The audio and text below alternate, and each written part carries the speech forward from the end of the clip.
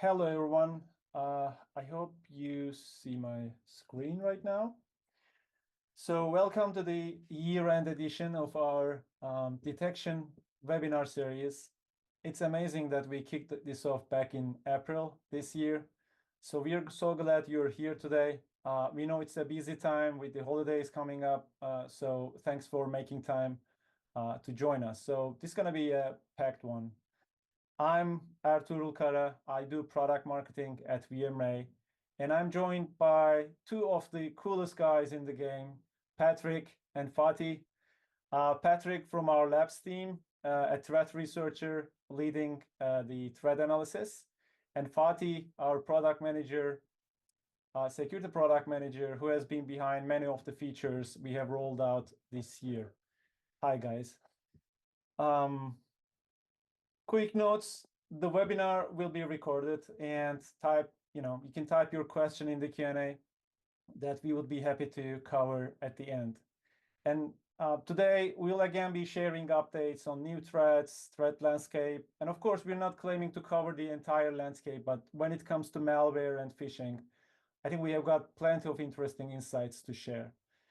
Before I dive into the slides, I want to give the mic to Patrick.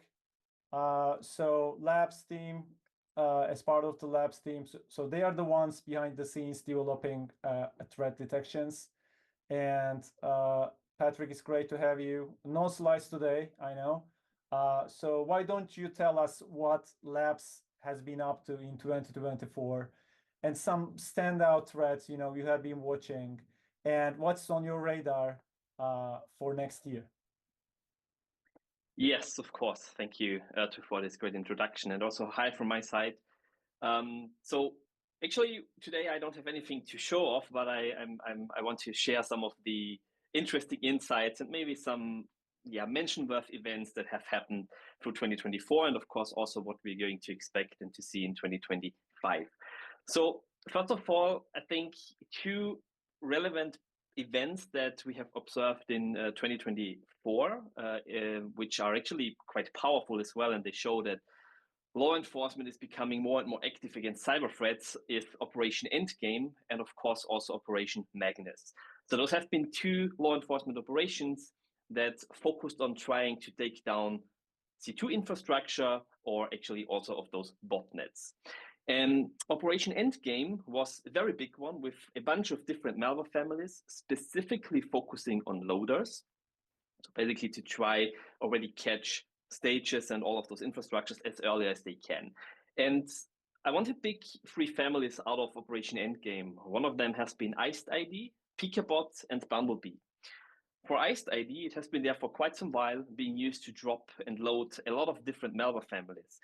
And interestingly, even though Iced ID was part of the takedown of Operation Endgame, we actually have seen later that year a new malware family popping up, which is also known as Latrodectus, that we have also analyzed quite deeply, added YARA rule support, detection, improved detection on it, and also added malware configuration extraction for them.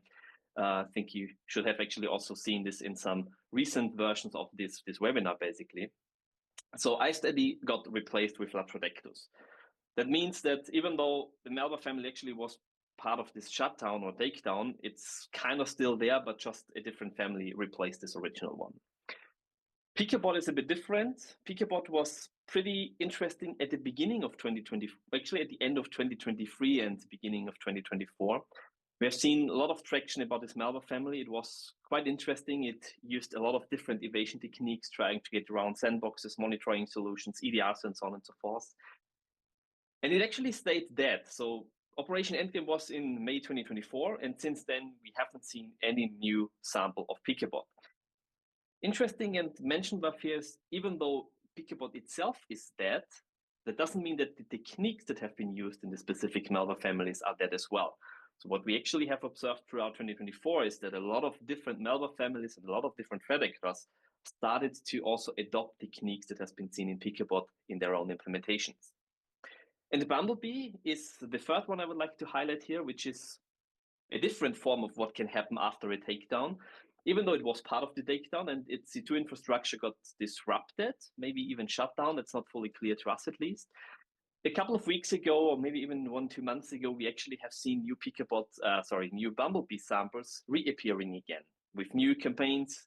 Even though it's pretty much the same what we've seen before, it's actually a new campaign again, which leads to a bit the conclusion that Bumblebee maybe starts to rebuild their whole C2 infrastructure and start its operation from scratch. And this is, of course, all of those 3 events can actually happen after a takedown, right? We can reach, or we can actually end up with the result that the family stays to be dead. You can actually have a family that got shut down, but then later gets replaced with something else, following the same goals in the end.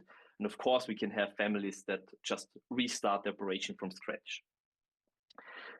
So we all know that law enforcement is very important, and it's great to see that there is actually more pressure and more response putting against cyber threats and cyber criminals. So, well, we have mentioned, or I have mentioned that we have those 3 interesting families that we've taken a look into, right? We had Trickbot, we had Latrodectus, and of course, Bumblebee is still on our radar. So the question is, what are we going to see in 2025? This is pretty difficult to say because we have seen that the threat landscape changed a lot in the past years, especially since an event that is always worth to keep in mind that happened in 2022, where Microsoft decided to block the execution of macros for untrusted or unknown documents. Before that time, we have actually seen a lot of families using the exact same delivery technique to actually infiltrate and infect hosts, which was usually just Office documents with macros.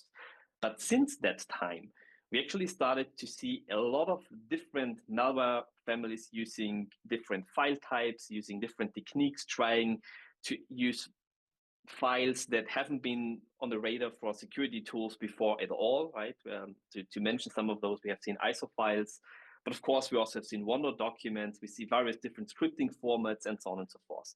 So there's a lot of different things are going on in the threat landscape currently because those basic delivery techniques that have been used in the past are no longer possible. And we also expect that this trend continues throughout 2025 as well. There will be new file types that threat actors and cyber criminals might explore and try to use in order to get around security systems and security solutions. There will be maybe even new ways and forms of delivery chains where a couple of different stages are getting combined together that we have seen, right? So we all know that while in the past it usually was one file until you basically get the second stage, nowadays we see a chain of different types being used, right? We have these ISO files with embedded LNK files, starting some scripts, downloading some other stuff and so on. So this is quite a different variety of techniques that are going to be used. So we expect that this trend, of course, going to continue. And on the other side, due to all of those law enforcement operations, it's also expected from our side that this continues as well, which means that a couple of families might get taken down as well. Some of them maybe reappear, some of them getting replaced. So we maybe also expect some new malware families popping up again. And of course, that also changes the threat landscape in quite a dynamic form that big players are still there, but of course, they may move a bit faster from one to the other one. And overall, to wrap this actually up, looking back into 2024, the VMRay Labs team managed to release a bit more than 400 different signatures containing updates and new VTIs, containing updates to Smart Link Detonation, containing updates to our auto EI, or actually simulation that we use in the web engine, in web analysis, containing config extractors, and of course also YARA signatures. So in total, we managed to release a bit more than 400 of them, which of course brings me to the point that this is the goal for us internally that we want to beat next year. So next year, we of course want to go beyond that goal and trying to update as much as we can to ensure that all of those techniques, especially the new ones, are covered as well from our side. With that being said, I would like to pass the mic back to Arthur for some great updates, actually the last updates for this year. Wow, thanks, Patrick. I really noted down 400. That's a huge number. And that's awesome insights, especially to see the relation. I mean, we are always talking about the dynamic threat landscape, but as you talk about the operations and that lead to threat actors evolving their tools, that's showing how it can be really complex. So that's awesome insight. It really sets the stage for what we will cover today. And of course, we would love you to jump in with insights along the way today. So moving on to the agenda, not to forget, by the way, we hope this series has been useful throughout the year. We are excited to continue bringing you more detection-focused content in 2025. So please share your feedback via email I dropped here. And with regards to the agenda, so it is pretty standard for our detection webinars. So we will talk about the VTIs, YARA rules, some updates to malware config extractors, and around auto UI, especially we will highlight in this session. And then Fatih is going to do a great demo, again, showing you some real world samples that we analyzed recently. So let's get started with VTIs. And with the first VTI is the process doppelgänging. So that's kind of what to highlight here is, I mean, it can, I mean, threat actors use this to bypass traditional endpoint defenses, which is very common. So here, actually, the point is I mean, by process doppelgänging, they can do it by avoiding file creation and also avoiding common API calls. And many security tools, including the endpoint protection tools, miss it because there is no obvious malware file or suspicious API usage. And we right now catch this, and also we have an VTI around this. So by monitoring the memory and file transaction behaviors, so we can expose, just to make it visible as you analyze malware. So the VTI category is pretty high, 4 out of 5. So this shows kind of when we see this behavior, most probably that will be a malicious sample. So here is another one mentioned actually in the previous webinar. So the self-deleting using alternative data stream. So this concept was a quick just background information. This concept was initially discovered by Jonas Likegaard, and somebody else created the proof of concept for it. And we shared the GitHub link, by the way, in the resources. And Latrodectus uses a stealthy self-deletion trick using this ADS, and it kind of renames its file stream and sets it for deletion when closed. So erasing all traces from the disk while staying active in memory. So it's another defense evasion tactic. Also, our VTI score is 4 out of 5. It's high. Actually, here I would like to turn again to Patrick. Maybe would you have any note to add here? So I remember you touched on this one during the past webinar. Yes, I mean, it was already a great explanation anyway, so there's not much from my side I can add. But yes, as you said, we actually have seen this technique being used in Latrodectus samples. Interestingly, though, not in all of them. I think they had this technique in some earlier versions. Then it got removed again. Then I think it got added again. So it's not fully, it's like a switch on and switch off what they're doing here in this case. But I think it's a very interesting technique that we haven't seen before. So there was no other malware family where we came across that is using this one. Also, not up until now, actually. But yeah, it's quite easy in the end. They are just executing the file, and then they are renaming the alternative data stream, or they actually moving the actual content into an alternative data stream so that the main stream is actually being gone. And then using some specific APIs in the background to just flag this file to be deleted at the end by the operating system. And I think the most interesting point here is that this works. So usually when you run or when you execute a file on Windows, you can't delete the file because it's being used actively by the process that is running the file, right? And this technique enables threat actors to still execute the file and then just delete the file afterwards while the process continues to run in the background. And this is, I think, very interesting and shows a lot of effort that they have put into this, figuring that out, I guess. But also, of course, causing some issues for traditional monitoring solutions because a lot of them rely on files that are being also on the disk. And at the end, it makes post-execution analysis, like incident response, for example, also way more difficult, especially, for example, if you don't have a snapshot of the machine or someone like shut down this machine. then incident response and memory forensics are getting way more difficult because this file usually doesn't exist anymore on disk. It only relies in memory. And that's also why it's important if it comes to incident response and memory forensics that you remind yourself to not shut down the machine, but maybe just pause it, unplug it from the network, but at least trying to keep it running, that further investigation also is easier than when you basically shut those machines down. Brilliant. Thank you, Patrick. And related to that, actually, another one around removal of traces, let's say, and anti-forensics and clearing event logs. So this is the third threat identifier we're going to talk about. So it's again a stealth technique to erase evidence of malicious activities, as Patrick just described. And this one actually we have seen some in ransomware attacks. And when we look at the MITRE attack page, so actually we can see there some adversaries like APT groups, APT 28, 32, or ransomware operators, as we mentioned, like Black Cat, for example. I mean, use commands like, I mean, you can see here on the slide. So vutil CL to clear system security and application logs. So what to share with you is the VTI score, 3 out of 5. While not always malicious, this is often part of ransomware playbooks or advanced attack chains. So that's something to underline. And also there are some other ways that's used for, clearing the evidence, like PowerShell or event viewer logs using GUI, anyways. So this VTI ensures just to make sure that use of these commands is flagged as you put the samples in the sandbox, and you can have the visibility.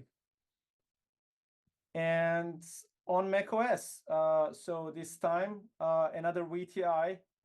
So the usage of obfuscated encoded OSA script comments to execute hidden Apple scripts.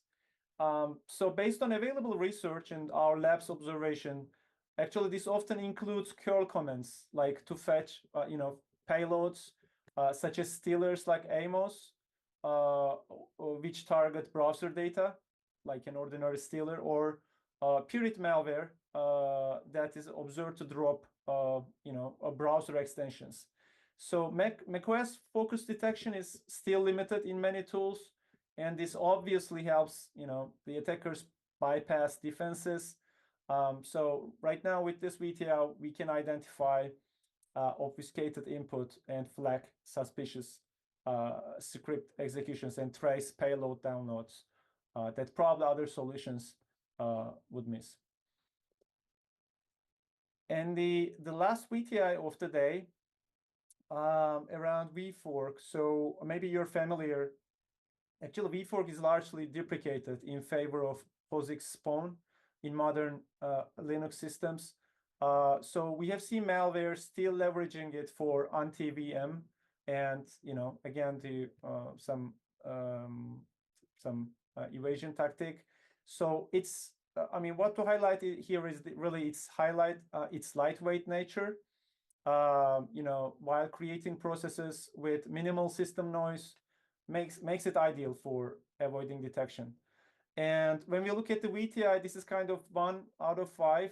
So we actually internally call this kind of VTI like informative. So possibly because it is rare and outdated, but that's what makes VTI valuable for learning.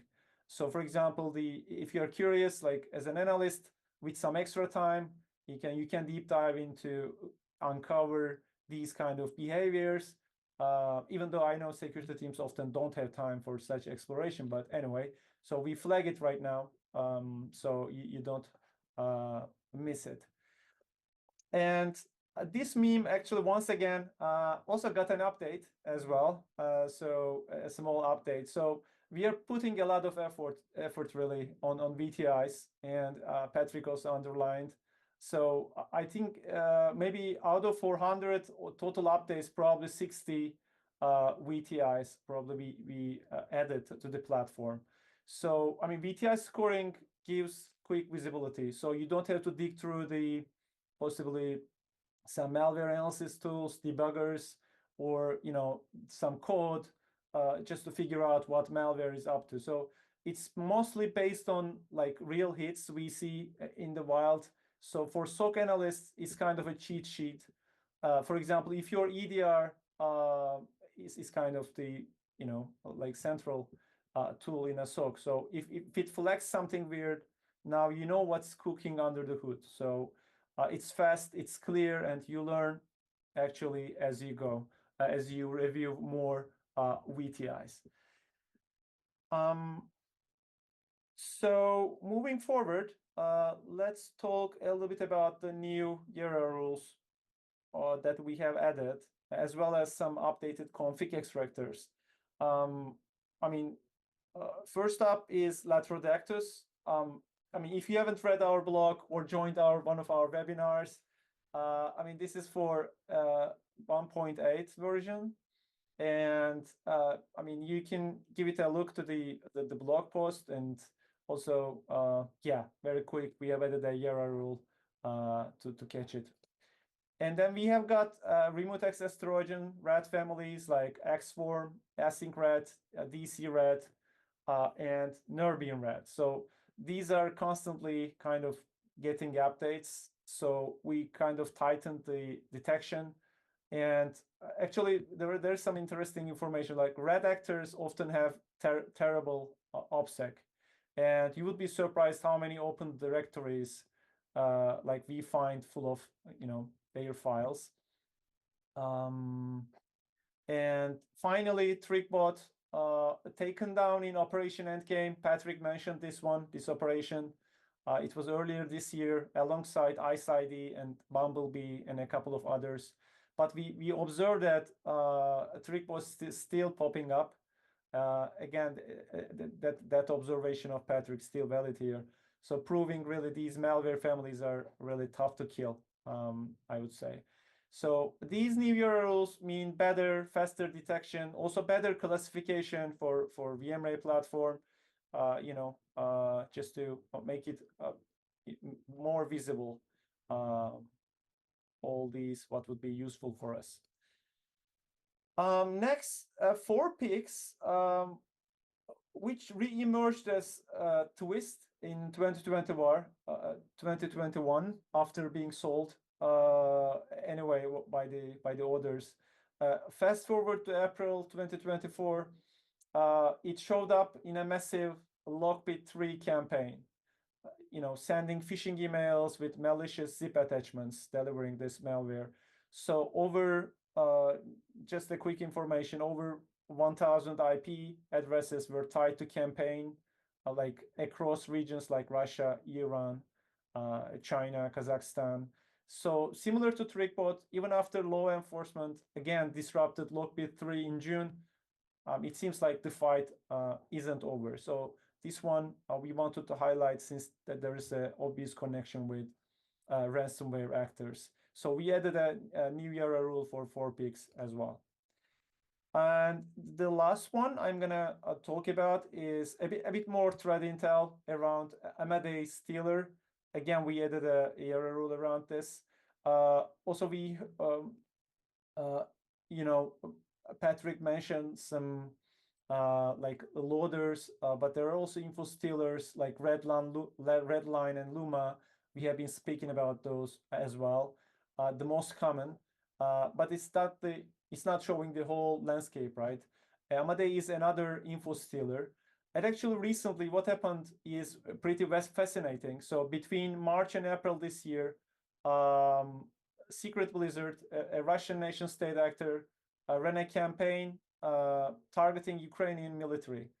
But instead of rolling out, like some flashy custom malware, custom tools right away, they used Amadey bot infrastructure.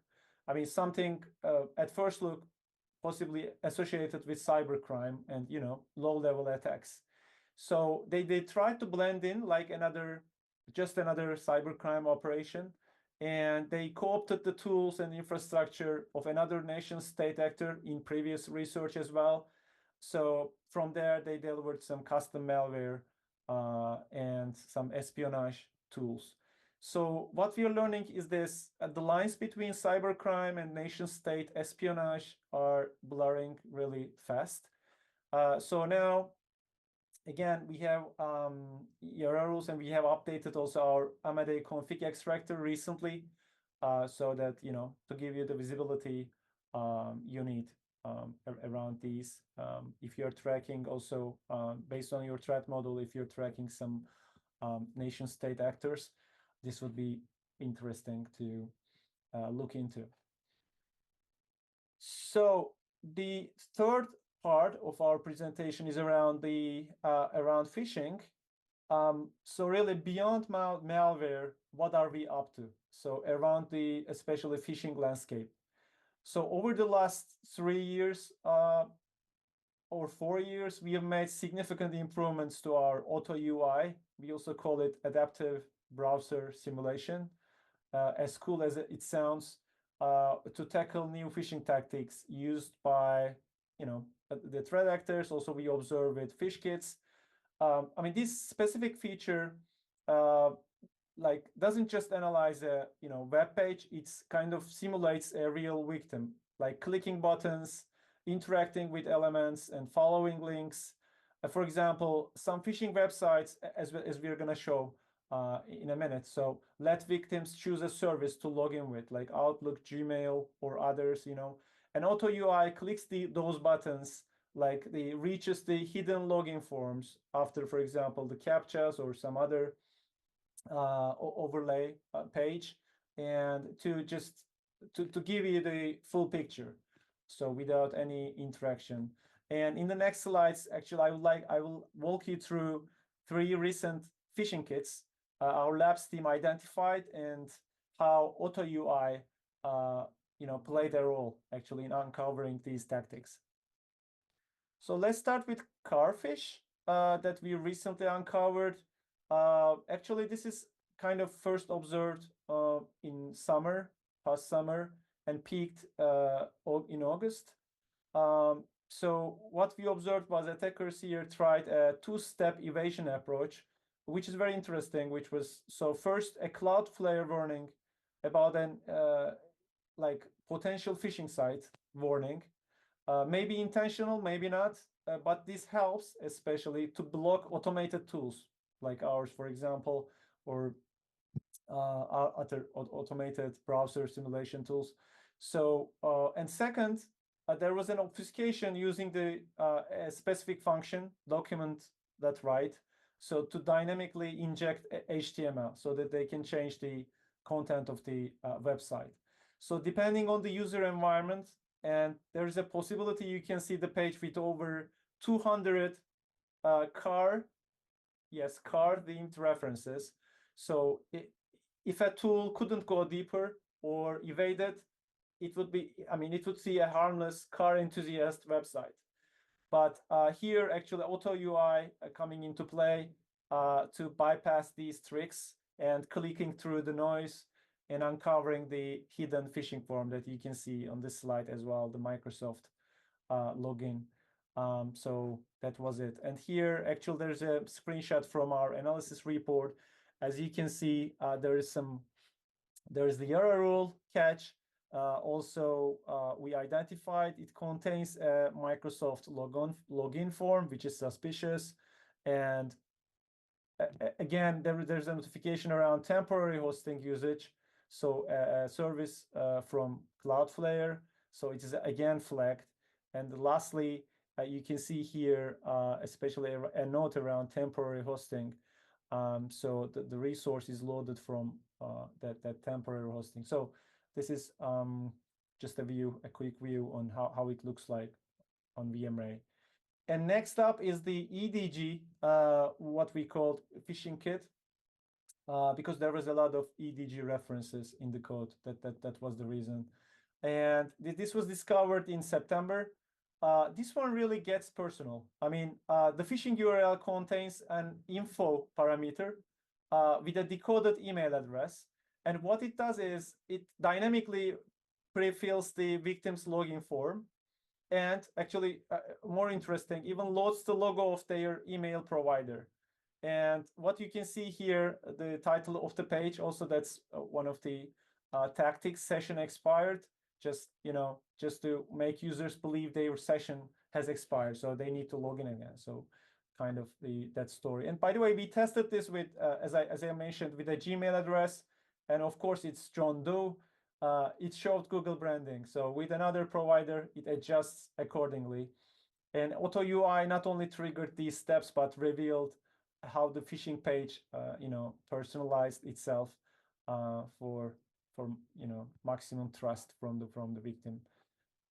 And here is another screenshot from the actual analysis report. And you can see, again, the YARA rule matches. Again, there is this suspicious VTI around temporary hosting. And also another one is hosted on a recently registered domain. So that's another clue for us. So if the domain is recently registered, that means like that's highly, it can be highly suspicious. And and as you can see, there's another one about obfuscated email address in the URL, and page looks like a login page, which is another suspicious item. So the last one that I'm going to mention will be around Mamba 2FA. So, which again dynamically changes its theme based on a URL parameter. So for instance, like, as you set the SV there, you can see actually to voice, you see a fake voicemail overlay, or use, for example, it mimics a Microsoft OneDrive login page, or with NOM just for generic Microsoft login form. So this gives the flexibility to the attacker, so that they can adjust the phishing page according to the victim. So they will be able to personalize.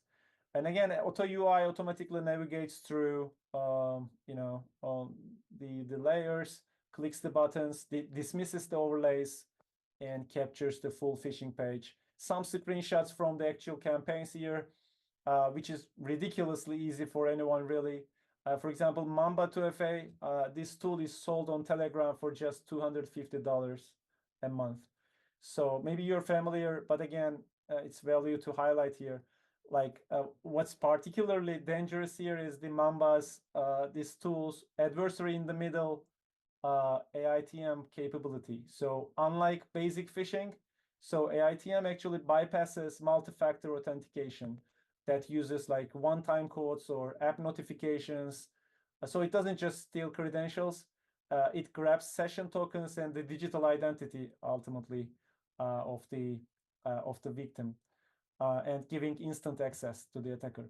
So overall, like closing off my part with some notes, if you're dealing with user-reported phishing emails, for example, from the employees, from the users, and if you have a pipeline full of them to analyze, Auto UI makes it easy. So as you scale this analysis, you need to have a tool that would be difficult to evade for the phishing infrastructure. And now is the demo time. And hey, Fatih, before we jump into the demo, maybe Fatih, you would like to speak a little bit about the user-reported phishing use case, then you can move ahead with the demo. Yeah, basically, this is one of the fundamental use cases of VMRay platform, and we enable our customers to set up a mailbox and dedicate that mailbox to VMRay platform. And whenever the employees or any of the people in the organization, it could be a security admin, or it could be someone from HR, when they receive a suspicious looking email, we enable them to just quickly forward that email to us, and the VMRay platform will automatically ingest this email and parse it, analyze it through our various detection engines, then produce a verdict. And depending on a setting in VMRay platform, we will respond back to the original email sender, as well as the security administration, and we will notify them how this email looks like. And if the security admin wanted to look further, and they can go log into VMRay platform and just do a deep dive. And it's one of the most utilized benefits of VMRay platform in various organizations from any size. So yeah, with that, I think it was, wow, it was a lot of interesting content over there. And it's like really great way to end the year. And basically, yeah, thanks for the handoff. And we can actually shift gears. And if you've been hanging with us so far, you've already seen how we're tackling a lot of things around phishing, malware, and everything in between. And now for the next 10 to 15 minutes, I'm gonna get hands-on with a few demos. I've got a couple of samples, at least in fact it's 3, and I think you'll find it pretty interesting. And before we dive in, let me start with this. Our entire platform, which has a sandbox at its core, that operates on a hypervisor layer, and that technology that we're able to develop is makes us invisible to any malware out there. And what that means is that malware cannot tell that whether it's been monitored, watched, or tracked. So there is no evasion tricks that is being successful in our platform, and no hiding in the shadow. So it runs as if it's on a real system and just delivers all of the malicious or nasty payloads that it could deliver in a real victim endpoint. And now we catch everything, we detect everything in there. So that is the VM introspection technique that we do to analyze all of these samples that we're going to mention. Is going to give us a lot of power in doing that. So that's something unique out there in that.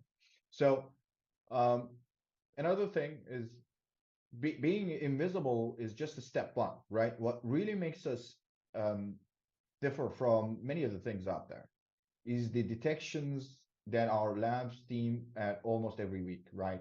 This is a cat and mouse game, and we know it. And there's a lot of different techniques that has been, uncovered every day, every week in the threat landscape. And our labs team are doing a tremendous job on trying to catch up with everything, understand the technique, and just think about how they can detect it with our VTI rules.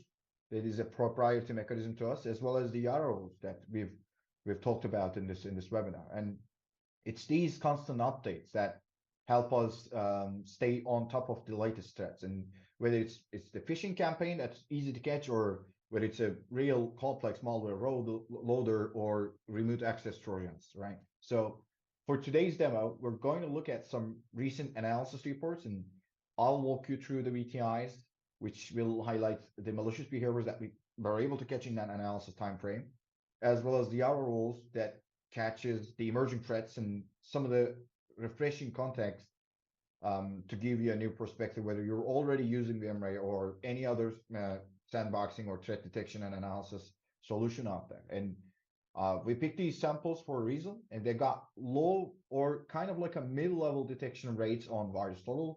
At least the point where we first observed from VirusTotal, that was the case. Now some of the AVs are catching up, but in that time frame, it might be the case that you're actually hit by a campaign and your detection engines fail to detect that.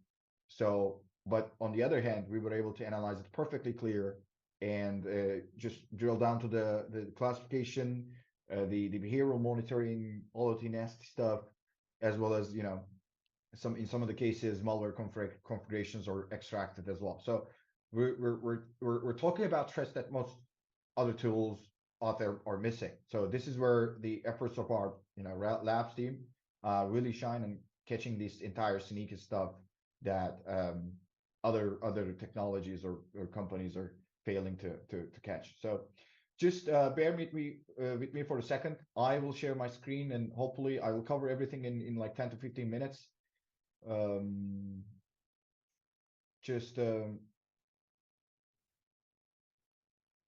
This is the case, I guess. Yes, this is one of the cases that we've seen.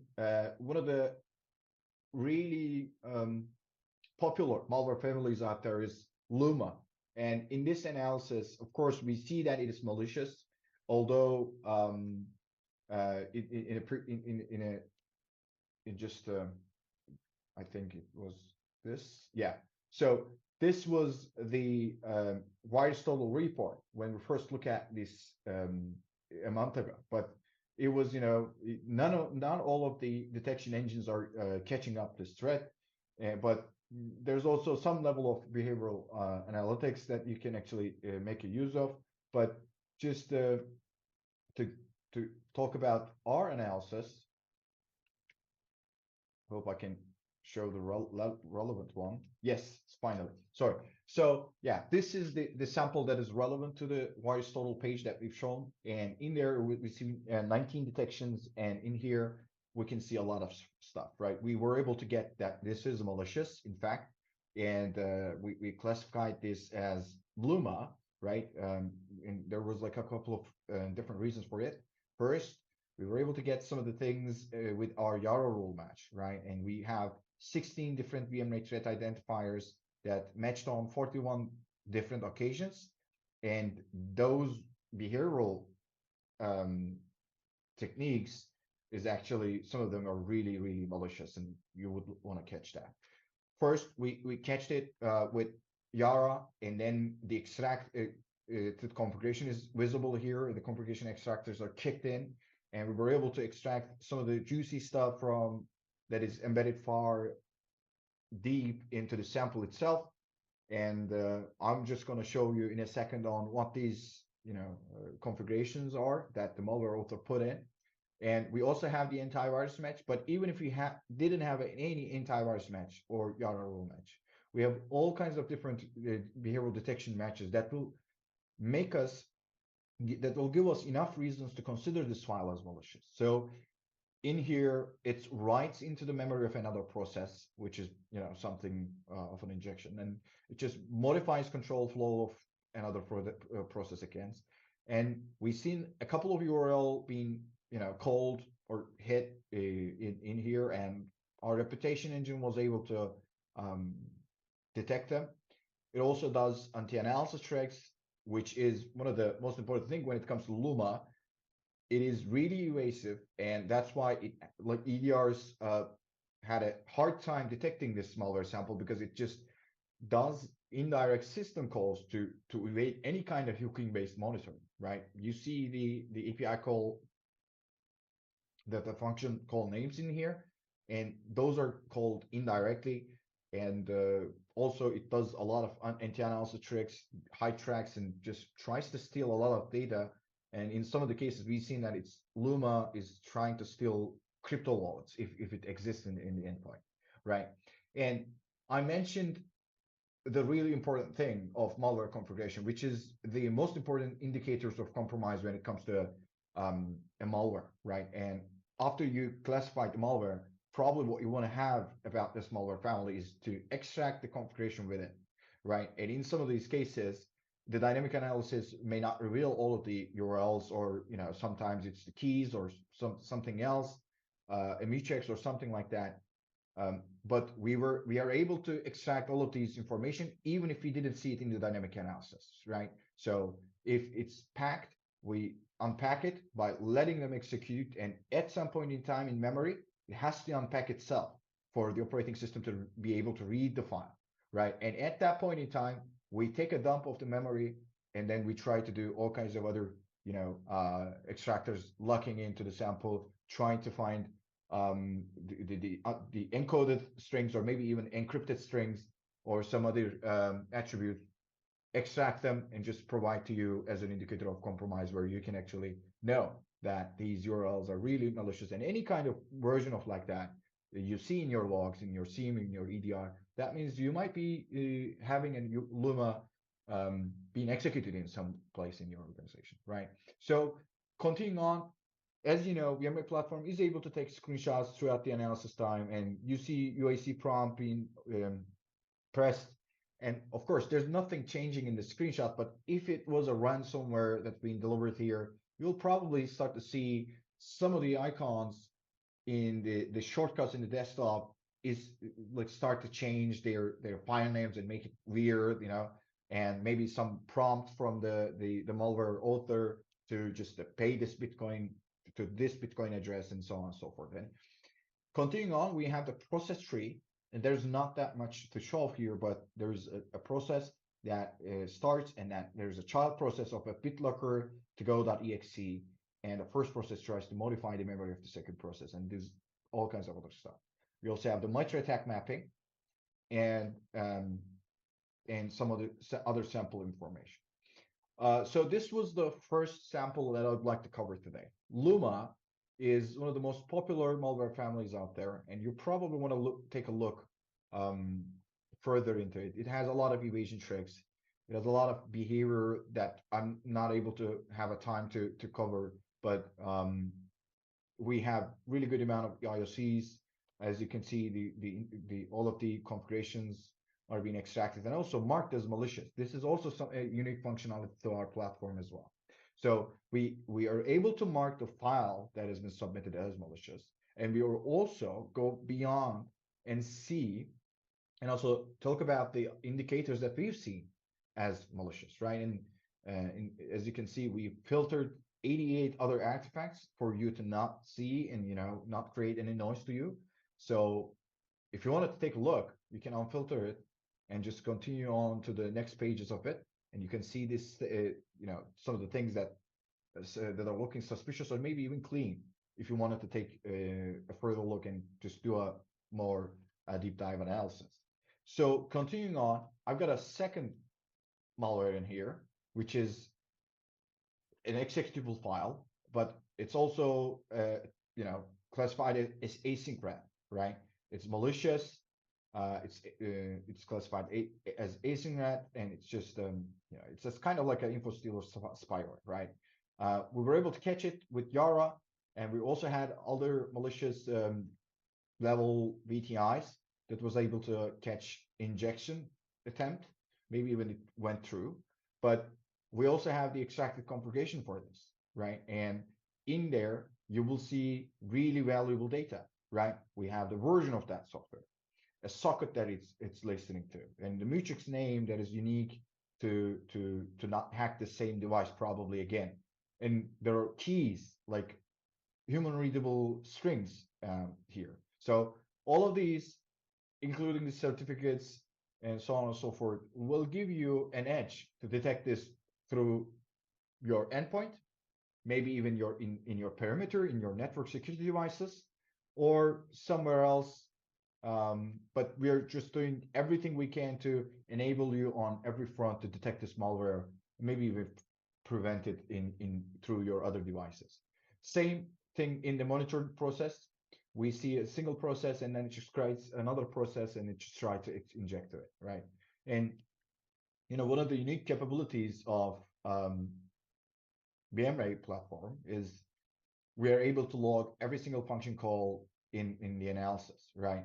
And here we can see the memory injection and how it is being done, where it is being done. So first, let's take a look on how it is being injected. We are able to see and log down every single function call that is being called in this entire analysis time frame. Even if we didn't detect it, we are able to see it here, and you can take a further forensic look, right? And just give it a verdict for yourself.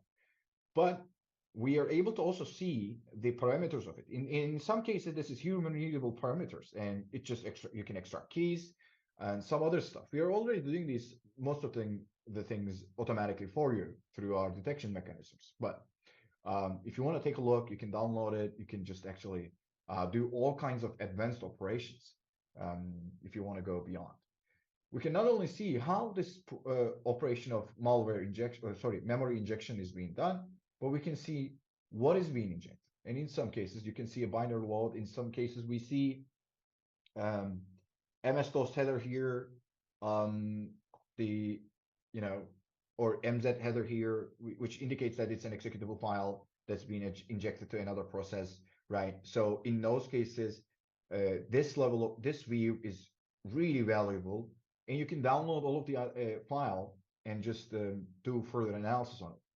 It's not only the memory injection or memory related operations. We can see the threat related, user related operations in here. All the network behaviors is listed in here. And in fact, you can go to the network tab, get a much prettier view on which of the countries or the API or IP addresses, URLs are being contacted by the sample, including the whois enrichment of the infrastructure, right?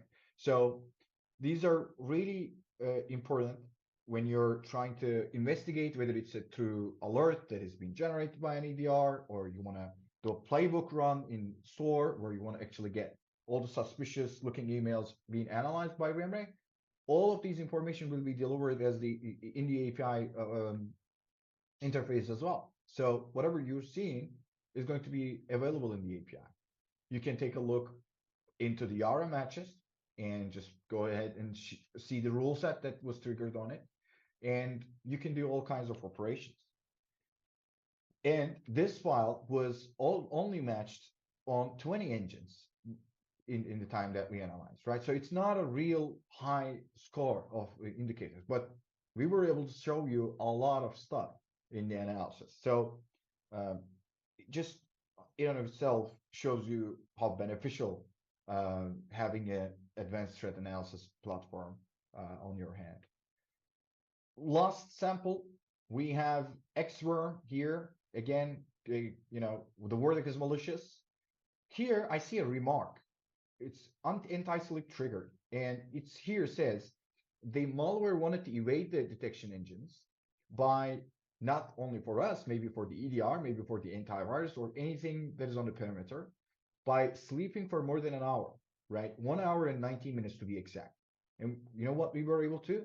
We were able to lower this number or this time period into 40 seconds.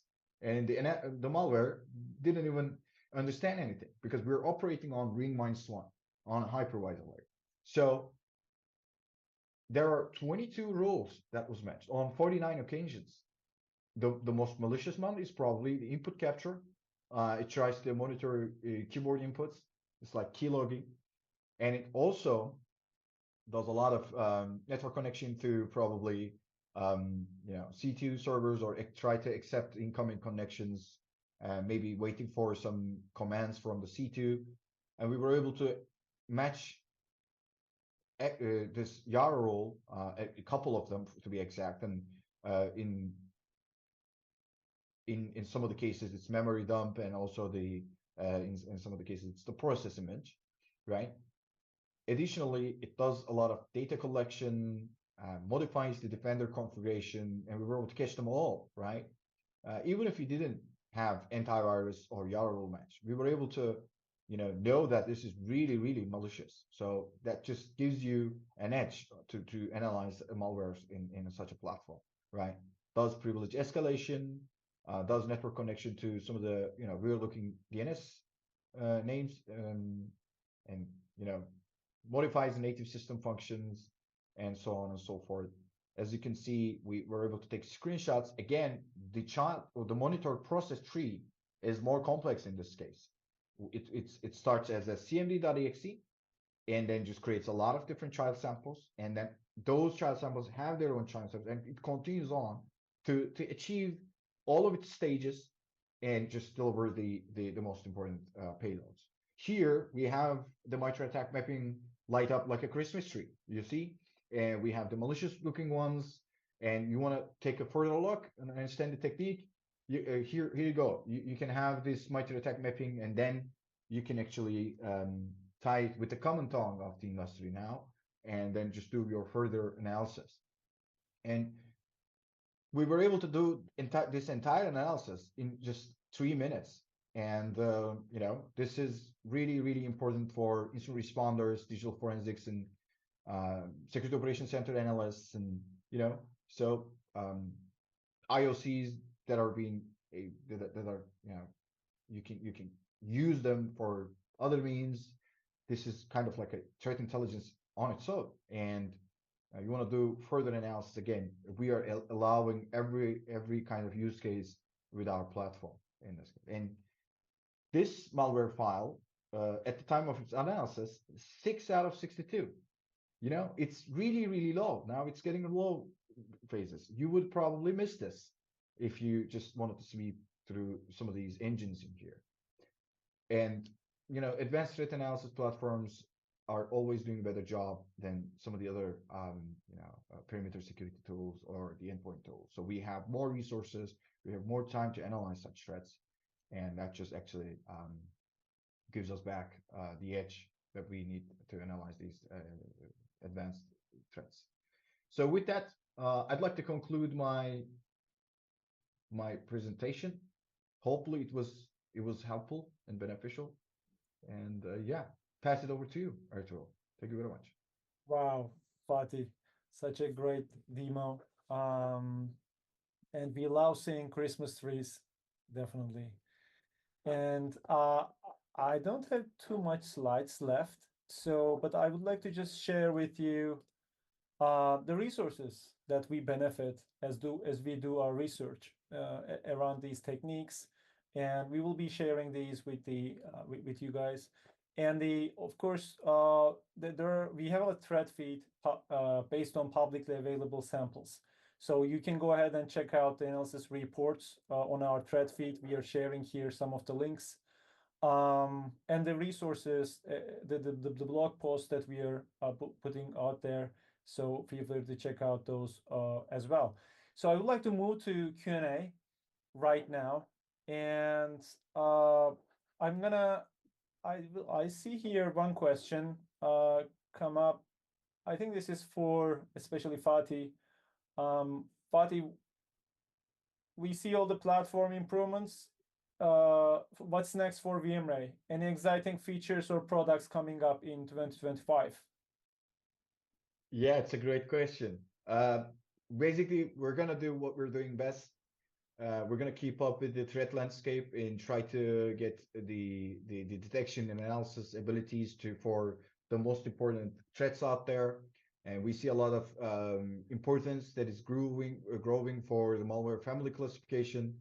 And hopefully we're going to double down in the next year on that, as well as we have a really good announcement to make here. Hopefully, on top of our existing portfolio, we're currently building up a new product offering in the threat intelligence landscape. So all of these threat analysis and detection capabilities will hopefully be projected into an adjacent market or adjacent use case.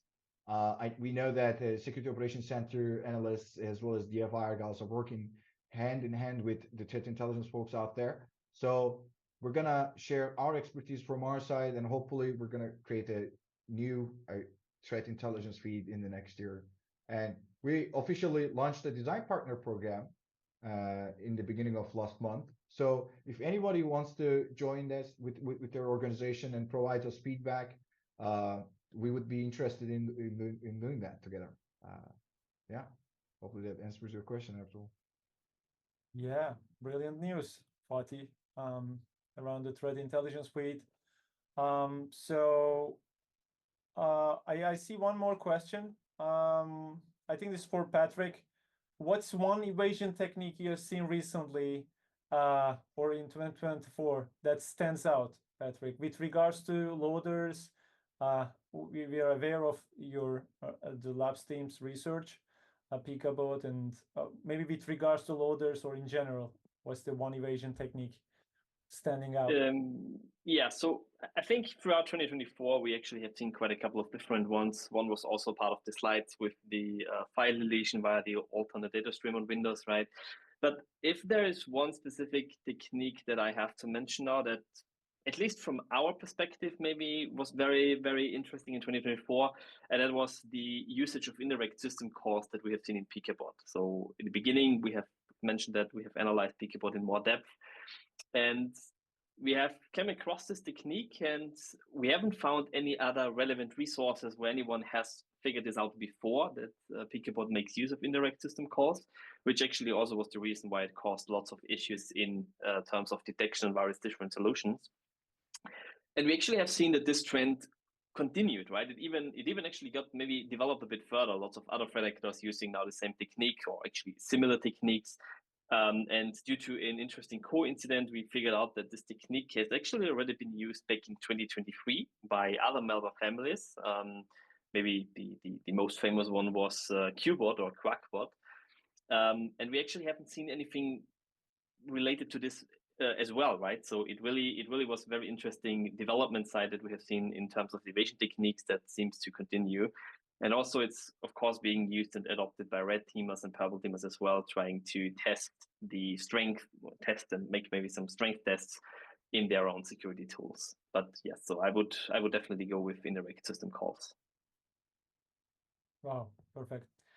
All right, folks, I think we lost Fatih in the last minute. That is a wrap for our last detection webinar of 2024.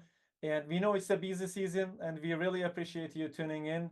And from all of us at VMRay, happy holidays, and we wish you happy holidays and see you in 2025. Thank you.